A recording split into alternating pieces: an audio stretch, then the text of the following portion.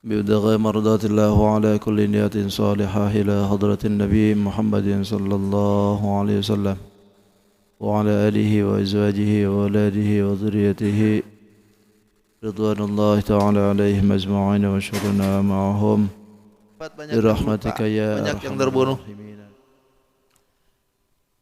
Nah, ketika kesedihan itu menimpa, Allah turunkan ayat. Ini bisa dibilang bagian dari ayat tasliyah ini, ayat penghibur lara pada hati Nabi dengan para sahabat. Kata Allah, qad khalat min qablikum, sungguh telah berlalu sebelum kalian juga, kata Allah. Sunanun, satu keputusan, ketentuan perjalanan untuk menghadapi para orang-orang kafir itu. Itu memang sudah biasa begitu. Sudah biasa, kata Allah. Sekarang gini aja dah, kata Allah. Fasiru, coba berjalanlah hai orang mukmin. Ke sahabat nih, utama nama asalnya ke sahabat. Coba ikam berjalan fil ardi, di muka bumi. Kemana aja dah. Lalu fangzuru, tengok-tengok. Kaifa kana akibatul mukadzibin, bagaimana keadaan akibatnya orang-orang yang tukang bohong itu. Yang suka membohongkan para nabi itu, coba tengok-tengok. Kata Allah, tengok. Jangan hanya liatin Nabi Muhammad saja. Bila perlu tengok. Nah, berarti kan secara garis besarnya kita juga sama nih, ambil pelajarannya, kita harus tengok-tengok. Jangan melulu di Samarinda. Keluar. Keluar, tengok-tengok. Bagaimana akibatnya orang-orang yang tukang jadi membohongkan tuh. Dulu itu kan banyak sekali sebelum Rasul Nabi Muhammad ini kan orang-orang kafir juga sama tuh. Ada yang namanya kaum Ad yang membohongkan kaum Nabi Hud. Ada kaum Samud yang membohongkan Nabi Soleh. Ada Firaun yang membohongkan Nabi Musa. Ada Namrud yang membohongkan Nabi Ibrahim alaihissalam. Kemudian lagi kesininya banyak sekali ke Abu Jahal termasuk itu kan. Coba tengok. Bagaimana akibatnya mereka itu? Yang dulu menentang Nabi, menentang Rasulnya, tidak percaya dengan yang disampaikan sehingga mereka membuat ulah, membohongkan semuanya. Akhirnya kan kayak apa? Cerita Fir'aun itu sampai juga ke Nabi Muhammad itu. Cerita Nabi Musa alaihissalam itu sampai ke Nabi Muhammad itu. Di zaman Nabi Muhammad tuh orang pada tahu tuh. Bahkan kisahnya Raja Abrahah itu juga paling fenomenal tuh. Pada masa Nabi Muhammad itu, makanya disebutkan tahun gajah gitu. Karena fenomenalnya pada waktu itu adalah kejadian itu. Coba tengok tuh. Bagaimana akibatnya mereka kan. Pada akhirnya semua yang membohongkan itu tidak ada yang disebutkan oleh Allah bahagia. Tidak ada. Ujung-ujungnya nyungsep. Semuaan. Nah, termasuk sekarang berarti kan. Kalaupun sekarang Nabi dan Rasul sudah tidak ada lagi. Tapi pewarisnya kan ada.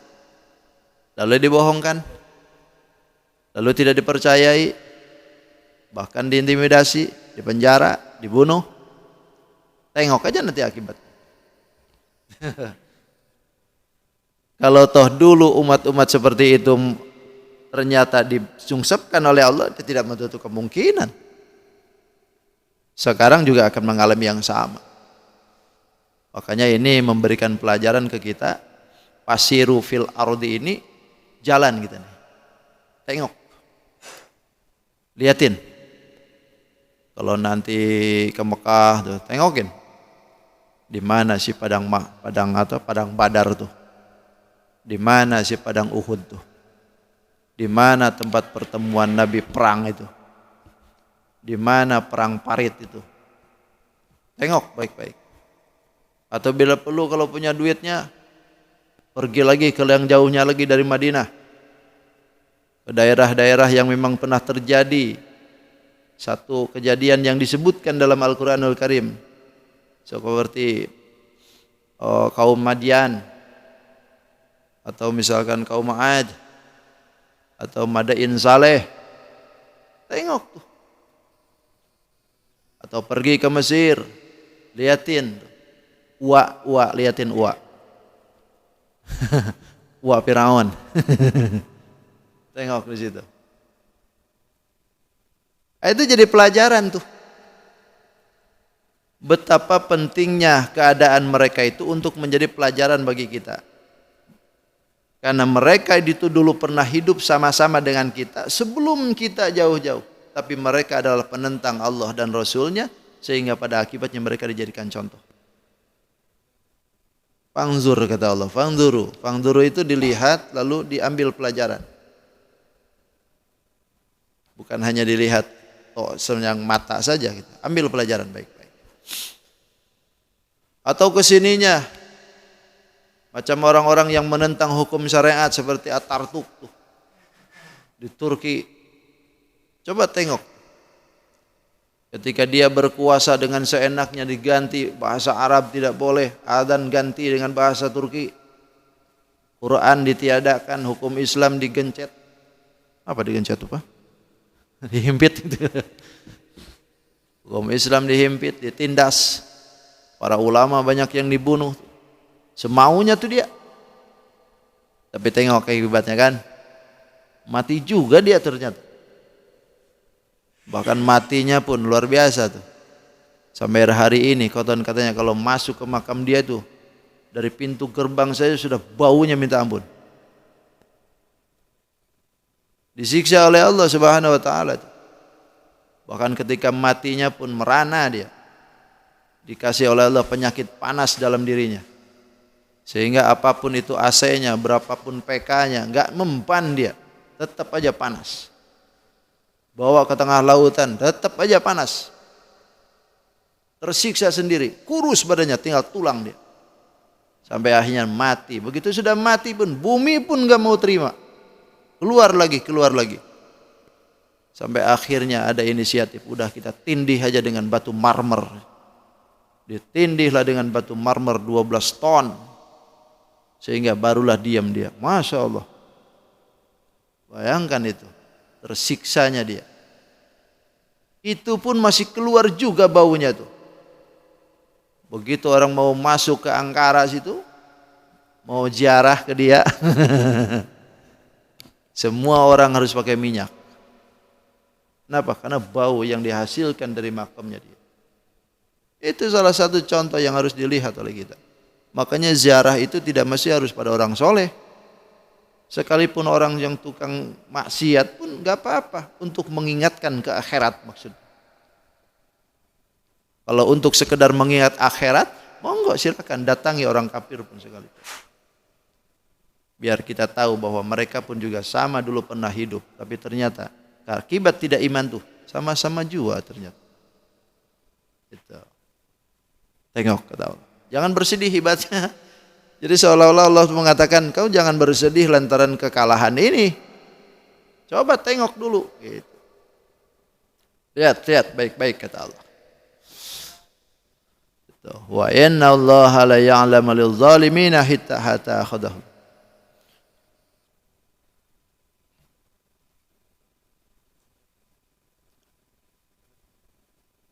Hadza bayanul linnas wa huda wa mau'izatan lil muttaqin.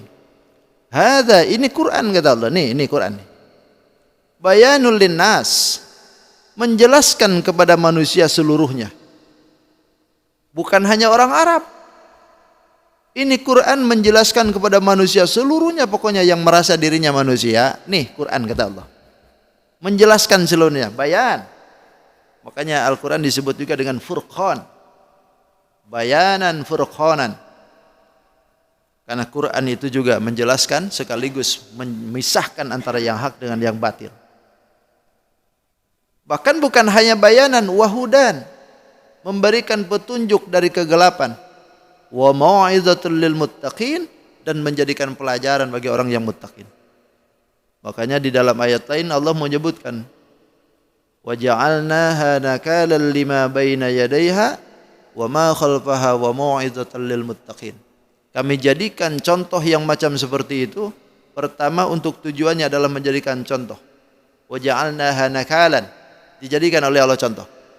Kaum-kaum yang pernah dibinasakan oleh Allah itu jadi contoh semua. Lima baina yadayha, bagi orang yang ada pada masa itu, wa ma khalfaha, dan orang-orang setelahnya. Wa mau'izatan lil muttaqin, dan menjadi pelajaran bagi orang yang muttaqin. Kita nih. Kita sekarang. Makanya Quran ini tinggal tengok saja oleh kita. Kalau ada kejadian di zaman umat Nabi Muhammad sekarang itu kelakuan yang menyimpang dari hukum syariat, tinggal tengok aja sejarahnya. Tinggal tengok aja Quran itu. Karena Quran sudah jelasin semua. Misal, di zaman sekarang ada orang yang berperilaku dengan perilakunya kaum Lut. Tinggal tengok saja gimana akibatnya dulu tuh. Kan gitu. Dan memang sejarah itu akan berulang. Cuman beda versi aja nanti tuh. Beda versi itu. Beda cara. Tapi pada dasarnya sejarah itu akan terulang. Kalaulah di zaman dulu ada yang menentang nabinya, dan sekarang pun tidak menutup kemungkinan begitu aja. Kalau dulu tidak ada yang percaya dengan kitabnya, dan sekarang pun juga sama. Jadi ini perulangan ini akan ditunjukkan oleh Allah bagaimana akibatnya. Jadi tinggal mengambil pelajaran, lalu ambil iktibar. Kenapa aja begini nih?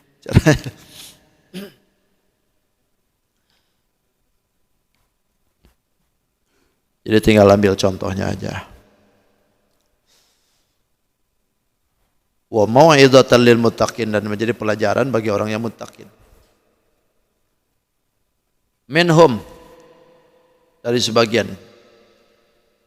Karena ini mengalami kekalahan di perang Uhud, lalu disuruh oleh Allah melihat kejadian yang sudah berlalu. Nah, kalau misalkan yang berlalu itu sudah diambil pelajarannya, kata Allah, wala tahinu, jangan lemah kau. Itu. Sahabat semua, jangan lemah ikam. Wala tahzanu, jangan bersedih. Wa antumul a'laun, kalian itu sebenarnya tinggi derajatnya daripada mereka. Artinya orang mukmin ini tinggi derajatnya. In kuntum mu'minin, jika kalian beriman gitu. Makanya al-Islam ya'lu wala yu'la alaih. Islam itu tinggi derajat dan tidak akan bisa mengalahkan Islam. Cuma dalam hadis lain disebutkan Islam itu akan rusak. Orang Islam sendiri yang merusaknya. Jadi ini menunjukkan wala tahinu wala tahzanu itu betapa pada waktu itu sedihnya sahabat ketika melihat sahabat yang lain gugur.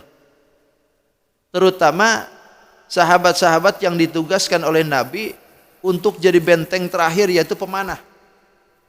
Mereka itu di awal sudah dikasih instruksi oleh Nabi. Apapun yang terjadi, jangan turun gitu. Mau menang, mau kalah, jangan turun pokoknya gitu. Tapi ini kan enggak. Begitu liatin kekalahannya, harta ghanimah di mana-mana, waduh, tergiur dia. Turun semuaan pemanah tuh. Padahal itu adalah penembak jitu. Ibaratnya yang menjadi benteng paling utama gitu sih. Tapi karena ghanimah, ghanimahnya ini yang membuat tergiur mereka tuh. Gemerincingnya emas, kuda yang bagus-bagus, onta yang bagus-bagus, bahkan bebiniannya itu. Kan kafirin tuh kalau perang itu bawa bininya banyak. Bini-bini itu banyak dibawa. Sehingga tidak mengherankan kalau beres perang itu jadi rebutan tuh. Sahabat tuh jadi rebutan. Oh, ini aku, ini aku. Jadi turunlah mereka itu. Nah, ketika mereka itu sudah mengalami kekalahan seperti itu, akhirnya sedihlah mereka. Sedih mereka. Sehingga sahabat itu bercerai-berai kan ketika di perang Uhud tuh. Bahkan ada yang menyebutkan 70 sahabat gugur. Kemudian yang lainnya banyak yang terluka. Sehingga pada waktu itu ada Abu Sufyan. Abu Sufyan ini masih kafir. Masih kafir waktu itu, belum muslim dia. Karena Abu Sufyan itu muslim itu setelah Futuh Mekah. Setelah kalah semuaan tuh baru Abu Sufyan tuh mengakui. Ketika itu Abu Sufyan itu berkata kepada para sahabat sambil teriak-teriak itu. Afil qaumi Muhammadun? Apakah di tengah kalian itu ada Muhammad? Diulangnya 3 kali itu. Sambil teriak tuh, adakah di antara kalian itu Muhammad? Kan yang ditargetkan kan Nabi Muhammad. Sementara Nabi Muhammad pada waktu itu dilindungi sama sahabat. Pokoknya apapun yang terjadi, Nabi Muhammad itu dilindungi semua. Sampai ada yang terpanah itu badannya itu. Semuaan dilindungi itu. Lalu kata Nabi Muhammad, jangan dijawab. Diam saja. Semuaan diam pokoknya. Nabi melarang mereka untuk dijawab. Lalu yang kedua kalinya, afil qaumi ya Abi Quhafah. Kata Abu Sufyan, apakah di antara kalian ada Abi Quhafah? Tahu Abi Quhafah? Enggak kenal ya? Oh, enggak kenal. Abu Bakar kenal enggak? Ah, itu dia. Abu Bakar itu aslinya Abi Quhafah.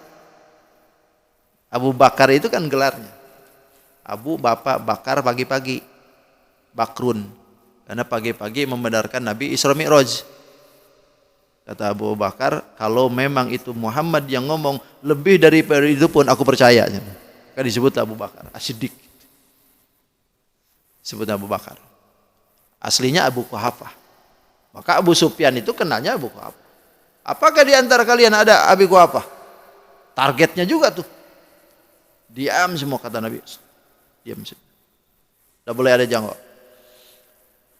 Lalu ketiga kalinya kata dia, afil qaumi Umar bin Khattab? Apakah di antara kalian ada Umar bin Khattab? Ayo mana sini? Diam semuaan, diam tuh. Setelah itu diam semuaan, kemudian si Abu Sufyan ini kembali ke kawan-kawannya.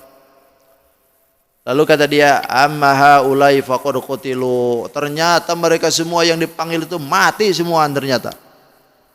Dengar digituin gemetar Sayyidina Umar tuh. Tidak terima gitu. Tidak terima Sayyidina Umar tuh. Lalu kata Umar, ya adu Allah, hei musuh Allah. Innal ladzina adauta ahya'un. Yang kau bilang-bilang itu semua masih hidup semua. Jangan kau bilang mati semua. Umar itu kalau ini deh enggak ini, pokoknya kalau tanding itu berani berapapun diladeninya dia. Yang kau panggil itu semua masih hidup. Kulluhum semua masih hidup. Jangan kau sebutkan mati. Begitu sudah Umar itu bangkit, lalu Rasulullah menyuruh kepada sahabat lagi, karena ayat ini turun waktu itu. Kan asalnya sedih. Lalu ayat ini turun. Lalu setelah ayat ini turun, Rasulullah memerintahkan lagi kepada sahabat untuk bangkit kembali, lawan lagi. Jadi yang sudah luka-luka pun harus melawan lagi. Nah, ini ya kekuatan muslim ini. Pokoknya apapun yang terjadi, kata Rasulullah, lawan lagi. Karena pada waktu itu gini, Abu Sufyan itu begitu teriak-teriak macam begitu kan dilawan itu sama Sayyidina Umar. Lalu kata Abu Sufyan, "Wa ma malaka Umar nafsu." Kata Abu Sufyan, "Wa ma baqiyalaka ma siwak." Langsung nyanyi nih Abu Sufyan tuh, nyanyi tuh. Ngece kan? Ngece. Kalau bahasa kita tuh sambil teriak-teriak tapi sambil nyanyi. A'la hubbal, a'la hubbal. Kalau bahasa gitu, puji Tuhan hubal, puji Tuhan hubal gitu. Karena yang diagung-agungkan kan Hubal, Manat, Lata, Uzza itu kan, itu nama-nama patung itu. Diagung-agungkan sama dia. Lalu kata Nabi, kenapa kalian diam? Jawablah dia. Allahu a'la wa ajal. Jawab oleh kalian, Allah lah yang maha tinggi dan maha agung. Akhirnya teriaklah muslimin semua antum.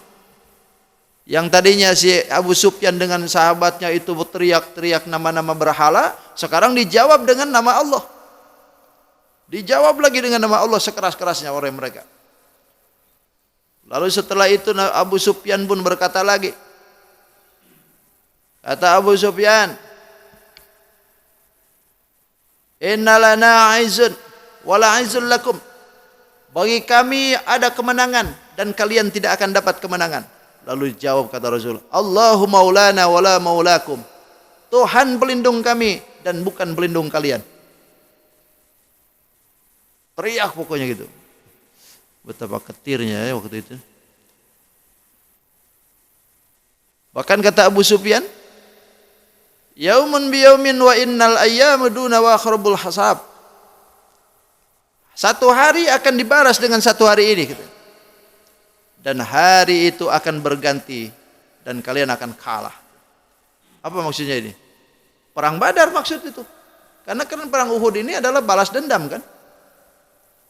Karena di Badar kalah, akhirnya menghimpun lagi kekuatan, datang lagi terjadi perang Uhud. Ini balas dendam kan itu. Tapi akhirnya kata Nabi, udah begini aja dah. Dia ngomong terus dari tadi, ayo kita lawan lagi aja. Lawan lagi aja. Akhirnya sahabat bangkit lagi kekuatannya, lalu berangkat lagi perang. Jadi akhirnya perang Uhud itu pun sebetulnya dimenangkan oleh muslimin lagi. Perang Uhud itu. Cuman masalahnya yang gugur banyak gitu. Itu aja tuh. Kesalahannya waktu itu sudah menang, turun mereka. Itu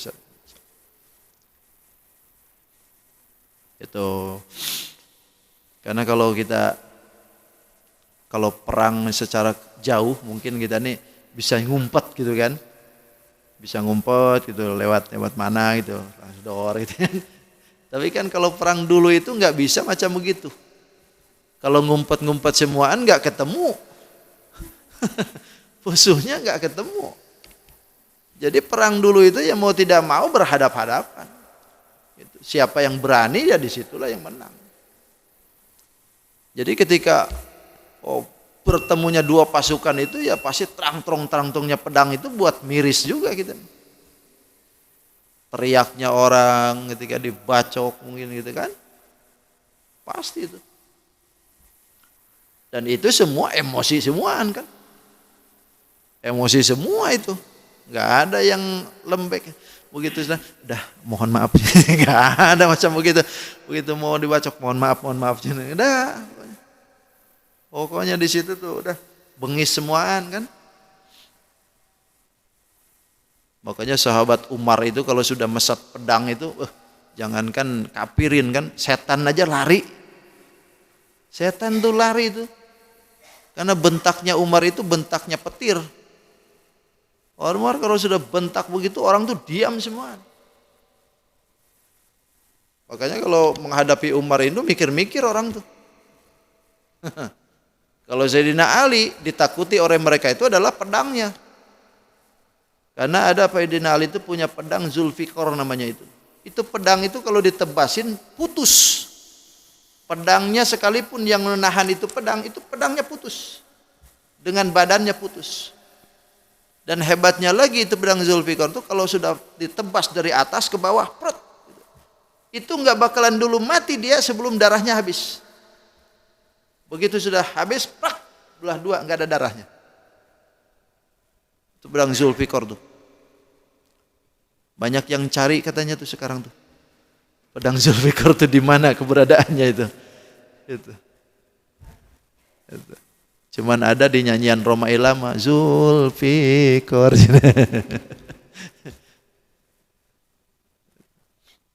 Itu pedang turun temurun itu. Zulfikar. Kalau di Mesir itu ada pedang Sayyidina Ali, itu replikanya aja. Replika, yang aslinya hilang. Sama halnya dengan cincin Nabi Sulaiman, tongkatnya Nabi Musa, itu ada tapi enggak dohir gitu. Enggak dohir. Hanya mereka-mereka yang diberikan oleh Allah keistimewaan yang diberi itu. Ada sebetulnya, tapi tidak didohirkan. Disembunyikan oleh Allah. Sebab kalau didohirkan nanti wah bahaya tuh, rebutan. Nanti rebutan semuaan.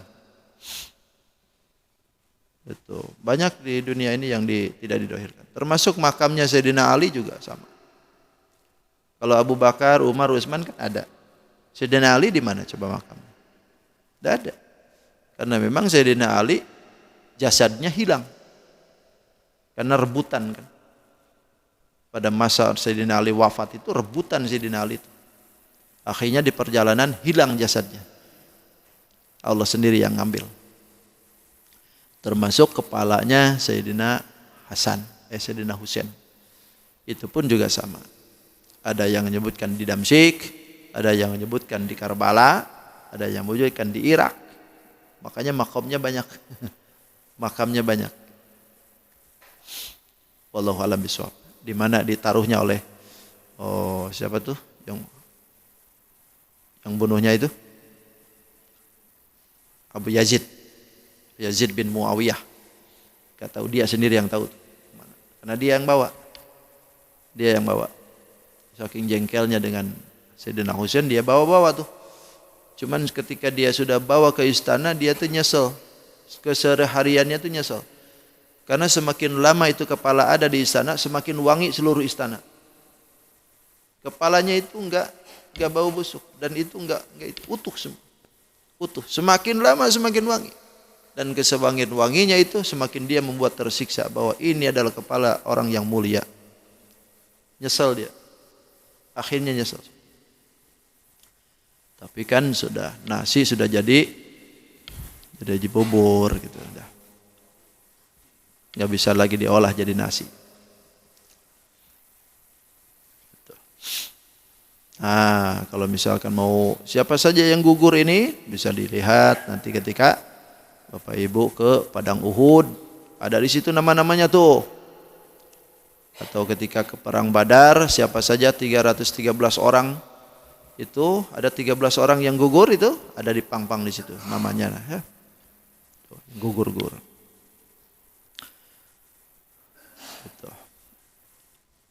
Akhirnya perang berlanjut, lalu kemenangan dimenangkan oleh Muslim. Cuman yang gugur banyak. Sehingga dikuburkan di Uhud di situ. Cuman. Bahkan ada yang hebat itu. Semua yang gugur di Uhud itu jasadiahnya utuh. Utuh semua. Dan itu utuhnya itu terbukti ketika ada banjir bandang di Madinah itu. Itu semua yang di padang Uhud itu dimakamkan itu tersapu semuaan keluar. Cara Allah tuh. Cara Allah membuktikan. Padahal sudah ribuan tahun. Bahkan ketika ada mau bikin parit waktu itu, ada perencanaan bikin irigasi, itu ternyata masuk ke pemakaman Uhud, irigasinya itu. Begitu dicangkul ternyata ada kaki yang tercangkul. Keluar darah tuh. Darah.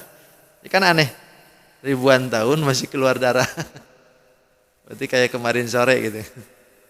Akhirnya enggak jadi. Jadi nggak jadi ke situ, lalu dialihkan ke yang lain. Makanya di sekitaran Uhud itu ada parit tuh, yang konon dulunya itu mau bikin irigasi, ada parit. Lalu dialihkan sekarang. Nah, termasuk yang keduanya ketika ada banjir bandang itu tersapu juga. Bahkan paman Nabi Sayyidina Hamzah itu keluar tuh, keluar dalam keadaan utuh, bahkan darahnya masih seger. Sambil gini sambil megang lukanya. Masih segar. Padahal sudah ribuan tahun. Inilah yang disebutkan oleh Allah. Jangan kau kira bahwa orang yang mati di jalan Allah itu adalah amwatun. Bal ahya'un 'inda rabbihim yurzaqun. Mereka itu hidup di sisi Allah.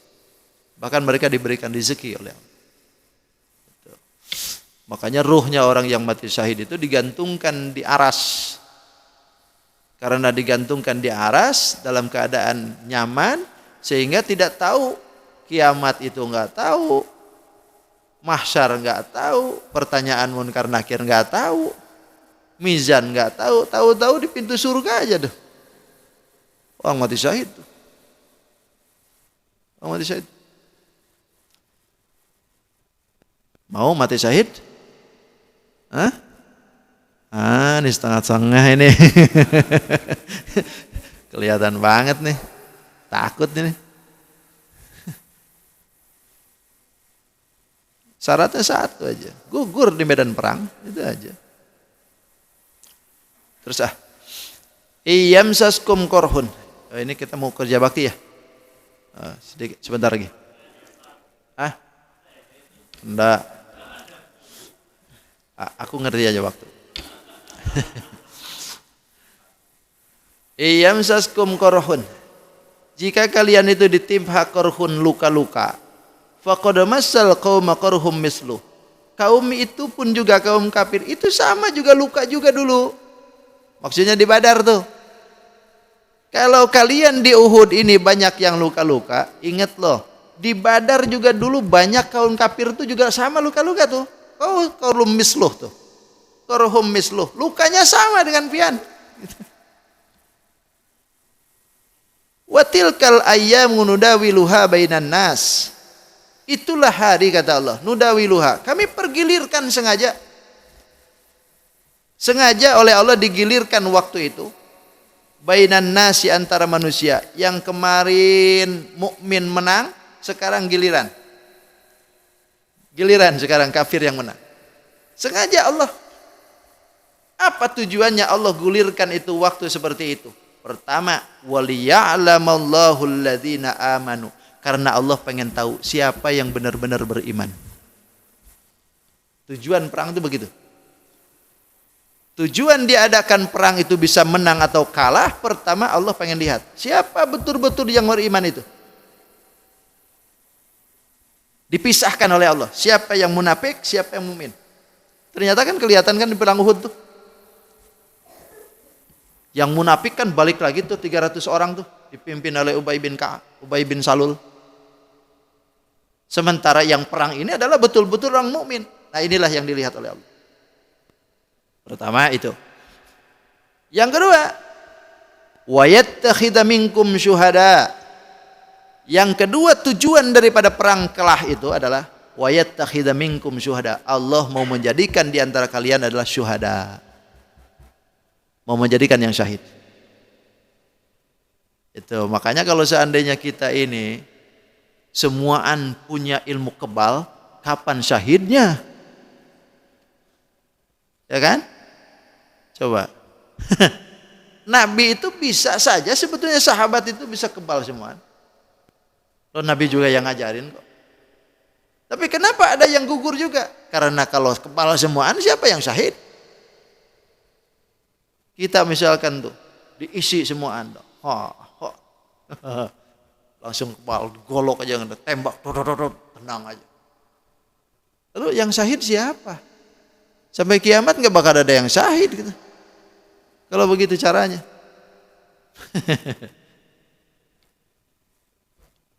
Makanya tidak perlu juga kita nih punya ilmu-ilmu begitu. Kalau perang ya perang aja udah. Kalaupun nggak punya ilmu kebal sekali. Kenapa? Soal mati itu bukan karena perang.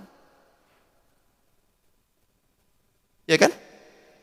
Bukan karena perang. Mati itu karena ajal. Walaupun perang beberapa kali kan, yang nama jenderal perang Khalid bin Walid, dari mulai kekafirannya sampai jadi mukmin itu perang nggak pernah berhenti. Dari mulai Rasulullah ada sampai tidak ada, berikut lanjut dengan Sayyidina Abu Bakar, perang terus-terusan. Pengen mati di medan perang, nggak mati-mati dia. Khalid bin Walid tuh, akhirnya matinya sakit aja di kasur. Padahal beberapa kali perang. Nah, itu menunjukkan bahwa mati itu bukan karena perang. Kalau Allah tunjukkan di peperangan ya udah berarti syahid. Tapi sejatinya kita mati bukan untuk di situ. Allah yang mau di mana saja. Jadi intinya Allah jadikan kekalahan dalam perang Uhud itu karena Allah mau menjadikan syuhada. Jadikan syahid. Wallahu la yuhibbudz zalimin, dan Allah tidak suka dengan orang yang zalim. Yang ketiga, waliyumahhisallahu alladzina amanu. Tujuan orang perang itu jadi kalah, waliyumahhisallah. Yang ketiga adalah untuk membersihkannya orang-orang yang beriman dari dosanya. Jadi kalau seandainya dia itu dulu kufur, lalu sekarang jadi muslim, ikut perang, belum sempat dia sholat, belum sempat dia puasa, belum sempat taklim dengan Nabi, cuman baru mau perang, ikut Islam dulu dengan Nabi, lalu ikut perang, gugur di medan perang. Waliyumahhisallah, Allah ampuni itu dosanya. Jadi orang yang syahid itu memang dosanya enggak ada, Allah dosanya diampuni kok. Makanya tidak ada pertanyaan. Karena dosanya apa yang mau ditanya? Dosanya sudah ditutup oleh Allah. Itu. Dan yang keempatnya, wayamhaqul kafirin, untuk membinasakan orang kafir. Perang Uhud itu dimenangkan oleh orang kafir. Ketika orang kafir itu menang, kan jadi congkak tuh. Jadi sombong kan? Jadi congkak, bahkan jadi dirinya merasa paling hebat. Nah, itu siksaannya itu. Wayamhaqul kafirin, itu untuk membinasakan mereka. Semakin mereka congkak, semakin mereka sombong, maka disitulah semakin Allah murka. Jadi itulah binasanya.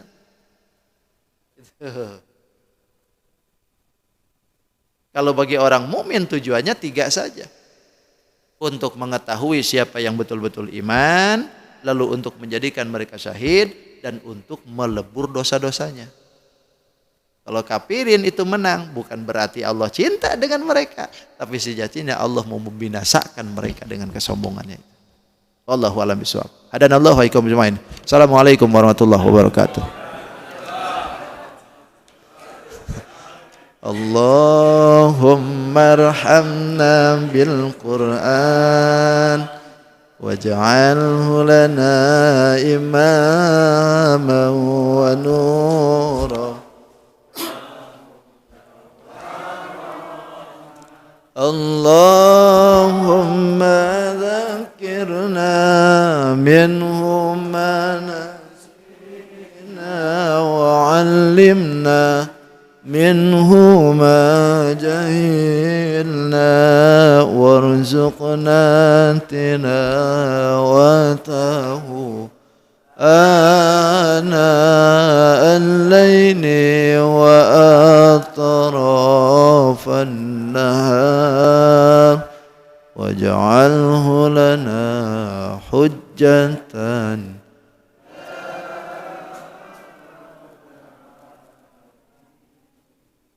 Taqabbalallahu minkum. Subhanakallahumma wa bihamdika asyhadu an la ilaha illa anta astaghfiruka wa atubu ilaik.